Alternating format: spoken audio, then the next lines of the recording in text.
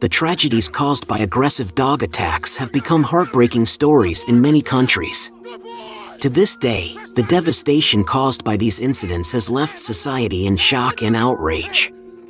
For many people, pit bulls, bull terriers, dingoes, and similar breeds evoke a sense of horror whenever mentioned. In reality, these breeds have been involved in numerous tragic incidents, resulting in serious consequences for the physical and mental health of individuals. Strict and appropriate regulations are necessary to protect human beings. When tragedies occur, the pain is overwhelming, and the trauma may last a lifetime. After enduring years of wrongful imprisonment for the death of her child, a woman, upon being released, called on the Australian government to tightly control the wild dog species that took the life of her 10-week-old daughter, leaving her with an enduring trauma that she cannot forget. On August 16, 1980, Michael Chamberlain and his wife Lindy, along with their 3 children, went camping at Ayers Rock, a location famous for its red sandstone monolith recognized by UNESCO as a World Heritage Site in Central Australia. The beautiful scenery and numerous waterholes attracted many families to gather around campfires in the evening for outdoor barbecues, while wild dingo dogs roamed around scavenging for scraps of food. As night fell and the temperature dropped, Lindy led her 2 sons aged 6 and 4 into the tent and put her baby daughter Azaria to sleep in her bassinet before joining the festivities again. A few minutes later, cries were heard from the tent where the 3 children were sleeping.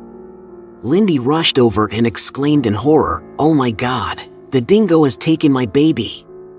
At that moment, her 2 sons appeared dazed, standing next to the empty bassinet. When the police arrived at the scene, there were still traces of blood inside the tent. Hundreds of people, including police, tourists, and locals, searched frantically through the night in hopes of finding the missing child. According to the police, the area had witnessed numerous attacks by dingoes targeting children. Dingoes are medium-sized wild dogs, weighing between 10 to 15 kilograms or more, so the theory that the child, weighing approximately 5 kilograms, was taken by this species seemed implausible. The accuracy of the mother's account was scrutinized to determine the cause, leading to suspicions that Lindy was attempting to conceal the truth. The situation took a turn when investigators announced new findings.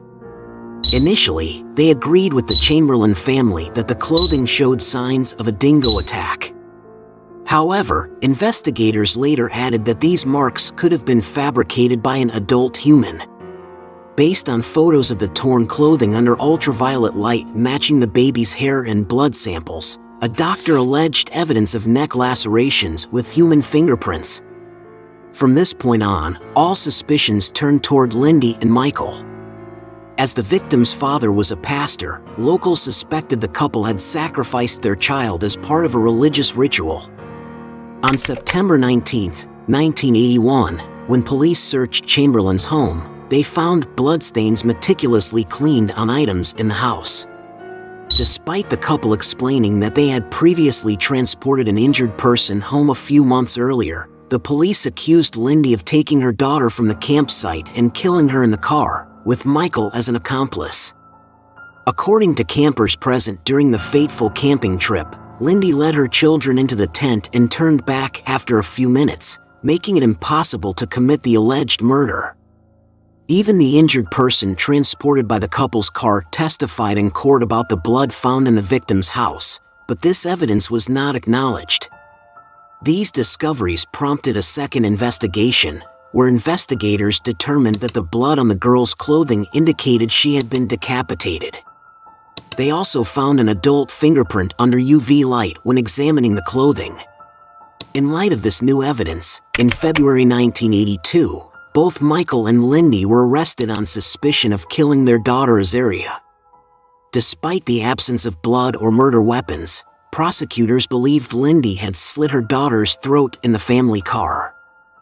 In the cramped courtroom on September 13, 1982, based on a witness's statement that Michael and Lindy had been absent from the campsite for a significant period, the prosecutors accused them of burying the poor child after committing the crime. A forensic professor concluded that Azaria's clothing, examined in the laboratory, showed an image of a 4-digit finger with bloodstains, but in reality, neither Michael nor Lindy had a 4-digit finger, turning the trial into the most talked about event of the year in Australian media. Throughout subsequent court sessions, the Chamberlain couple maintained their sole defense that a dingo had eaten their daughter. However, the jury did not believe this. Lindy, despite being pregnant with her 9th child, was sentenced to life imprisonment. Michael received an 18-month sentence as an accomplice. 2 subsequent appeals by Lindy were unsuccessful. Interestingly, while the grieving mother was being convicted of her daughter's murder, the bloodstains found in the house were proven to be paint, and the decisive evidence came in January 1986, when police investigating the suicide of a teenager near Ayers Rock found Azaria's missing jacket near a dingo den. At the time of the verdict, 77% of Australians believed Lindy was guilty. Before and after her conviction, Lindy was constantly monitored and condemned by the public. If I laughed, they would think I was mocking my daughter's death. If I cried, they would accuse me of acting, Lindy said. Another reason the public was always focused on the Chamberlain family was because both husband and wife were members of the Seventh-day Adventist Church, an uncommon religion in Australia. It was also rumored that their daughter's name, Azaria, meant sacrifice in the wilderness, though the actual meaning of the name is God helps. Strangely, 6 years later, a missing person case near Uluru changed everything. While Lindy was still in prison, police found the body of a missing mountain climber who was determined to have fallen and died near a rock formation. Near the body, police unexpectedly found Azaria's jacket outside a dingo den. After hundreds of petitions calling for Lindy's release, on February 7, 1986, the Australian Minister of Justice signed Lindy's release order, requesting a reinvestigation of the case. Over a year later, the judge issued a nearly 400-page report criticizing police investigation techniques and witness testimony during the trial. On September 15, 1988, the appeals court overturned the verdicts against Lindy and her husband. For years later, the government compensated the innocent mother with $1.3 million Australian dollars for wrongful imprisonment.